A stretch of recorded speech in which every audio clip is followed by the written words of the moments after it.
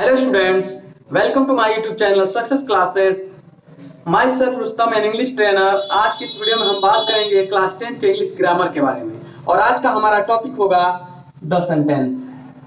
लेकिन इसको जानने से पहले मैं 10th के स्टूडेंट से कहना चाहूंगा कि आप इस वीडियो को एक पेन और नोटबुक के साथ ही देखें, क्योंकि ये कोई टिकटॉक का एंटरटेनमेंट वाला वीडियो नहीं है कि आप देखें और हो गया।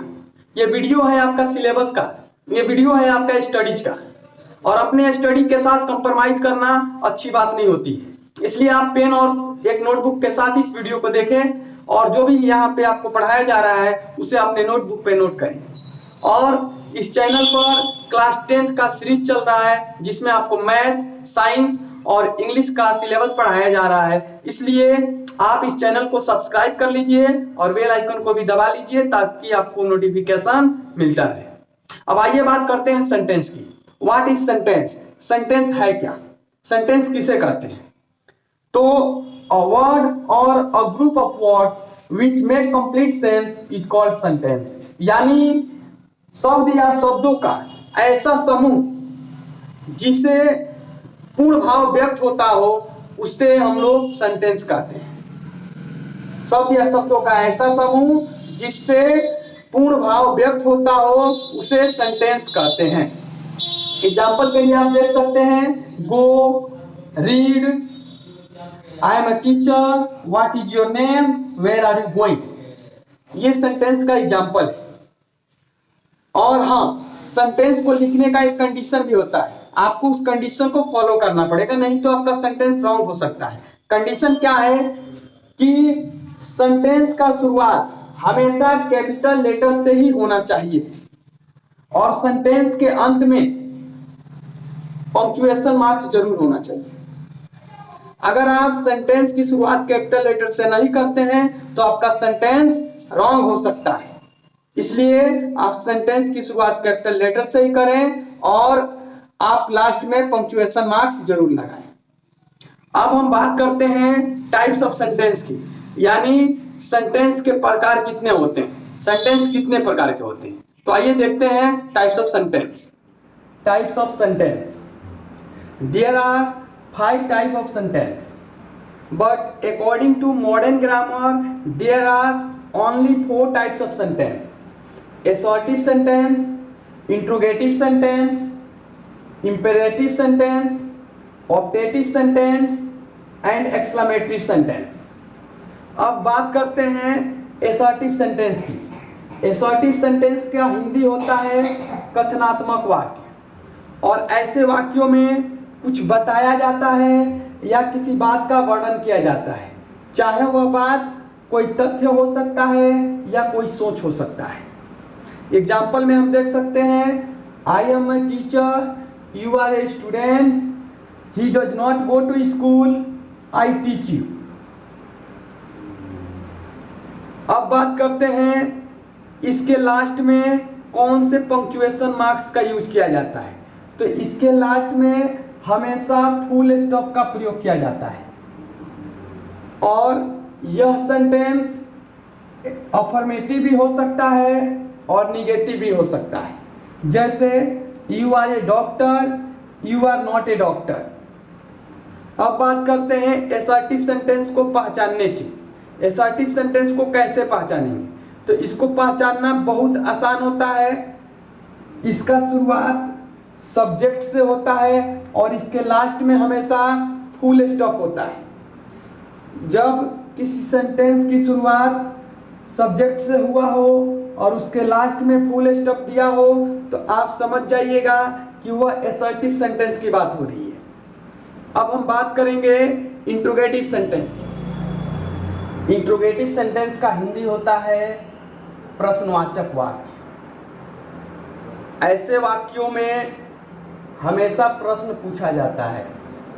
एग्जाम्पल के लिए आप देख सकते हैं are you ready, are you reading, why do you not go to school. ये रहा आपका एग्जाम्पल। अब बात करते हैं कि इसके लास्ट में कौन सा पंक्चुएशन मार्क्स लगता है। तो इसके लास्ट में हमेशा क्वेश्चन मार्क्स लगता है और इंट्रोगेटिव सेंटेंस अफर्मेटिव भी हो सकता है, निगेटिव भी हो सकता है। जैसे are you reading, are you not reading. अब बात करते हैं इंट्रोगेटिव सेंटेंस को पहचानने की।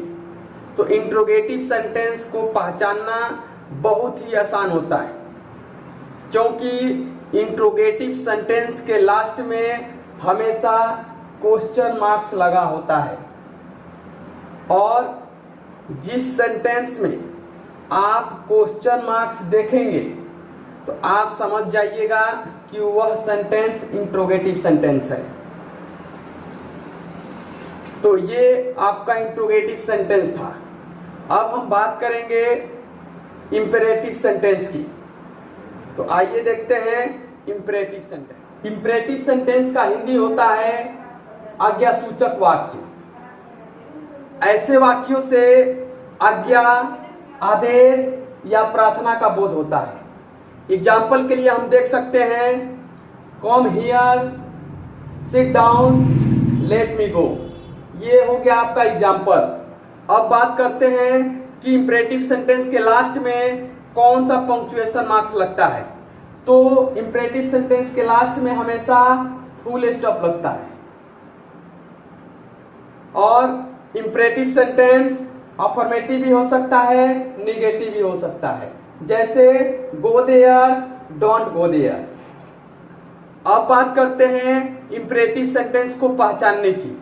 तो इंपेरेटिव सेंटेंस को पहचानना बहुत ही आसान होता है, क्योंकि इंपेरेटिव सेंटेंस में सब्जेक्ट नहीं होता है और इसके लास्ट में हमेशा फुल स्टॉप होता है। यानी जिस सेंटेंस में सब्जेक्ट नहीं हो और उसके लास्ट में फुल स्टॉप दिया हो तो आप समझ जाइएगा कि वह इंपेरेटिव सेंटेंस है। तो ये रहा आपका इंपेरेटिव सेंटेंस। अब बात करते हैं ऑप्टेटिव सेंटेंस की। ऑप्टेटिव सेंटेंस का हिंदी होता है इच्छावाचक वाक्य, और ऐसे वाक्यों से शुभकामना, दुआ या अभिशाप का बोध होता है। एग्जाम्पल में हम देख सकते हैं wish you a happy new year, may God bless you, may you live long. यह हो गया आपका एग्जाम्पल। अब बात करते हैं कि इसके लास्ट में कौन सा पंक्चुएशन मार्क्स लगता है। तो इसके लास्ट में हमेशा एक्सक्लेमेशन मार्क्स का प्रयोग किया जाता है। और मॉडर्न ग्रामर के अनुसार ऑप्टेटिव सेंटेंस को एक्सक्लेमेटरी सेंटेंस में मिला दिया गया है। तो आइए देखते हैं एक्सक्लेमेटरी सेंटेंस क्या होता है, उसके बाद इन दोनों को हम एक साथ समझेंगे। एक्सक्लेमेटरी सेंटेंस का हिंदी होता है विस्मयादिबोधक वाक्य। ऐसे वाक्यों से अचानक उत्पन्न हुई भावनाओं जैसे दुख, खुशी, हैरानी, डर इत्यादि का बोध होता है। जैसे what a nice car, how bad, hurray we won the match. ये रहा आपका एग्जाम्पल। अब बात करते हैं ऐसे वाक्यों में कौन सा पंक्चुएशन मार्क्स का प्रयोग होता है। तो ऐसे वाक्यों में भी एक्सक्लेमेशन मार्क्स का प्रयोग होता है, लेकिन कभी कभी ऐसे वाक्यों में दो पंक्चुएशन मार्क्स का प्रयोग होता है। जैसे आप यहाँ एग्जाम्पल में देख सकते हैं hurray we won the match. यहाँ पे दो पंक्चुएशन मार्क्स का प्रयोग हुआ है, पहला एक्सक्लेमेशन मार्क्स, दूसरा फुल स्टॉप। यानी एक्सक्लेमेशन मार्क्स एक्सक्लेमेटरी सेंटेंस के लास्ट में भी यूज हो सकता है और एक्सक्लेमेटरी वर्ड के लास्ट में भी यूज हो सकता है। तो ये रहा आपका पंक्चुएशन मार्क्स। अब बात करते हैं इसको पहचानने की। तो एक्सक्लेमेटरी सेंटेंस और ऑप्टेटिव सेंटेंस को पहचानने का एक ही तरीका है कि इसके लास्ट में हमेशा एक्सक्लेमेशन मार्क्स का प्रयोग होता है। यानी जिस सेंटेंस में एक्सक्लेमेशन मार्क्स का प्रयोग हुआ होगा तो आप समझ जाइएगा कि वो एक्सक्लेमेटरी सेंटेंस है। वैसे मॉडर्न ग्रामर के अनुसार ऑप्टेटिव सेंटेंस को हटा दिया गया है फिर भी अगर आप ऑक्टेटिव सेंटेंस को पहचानना चाहते हैं तो उसके लिए आपको लास्ट में पंक्चुएशन मार्क्स की जगह पे एक्सक्लेमेशन मार्क्स देखना पड़ेगा, और ये भी देखना पड़ेगा कि इसके अंदर शुभकामना, दुआ, अभिशाप का बोध हुआ है तो आप समझ जाइएगा कि वो ऑक्टेटिव सेंटेंस है। इस प्रकार से आप ऑक्टेटिव सेंटेंस को भी पहचान सकते हैं। तो ये रहा आपका सेंटेंस। तो हम सेंटेंस को जान चुके हैं। अब हम नेक्स्ट वीडियो में जानेंगे पार्ट ऑफ सेंटेंस। तो अगर आप हमारे चैनल को सब्सक्राइब नहीं किए हैं तो हमारे चैनल को सब्सक्राइब कर लें और बेल आइकन को भी दबा लें ताकि आपको नोटिफिकेशन मिलता रहे। तो अब मिलते हैं हम नेक्स्ट वीडियो में पार्ट ऑफ सेंटेंस के साथ।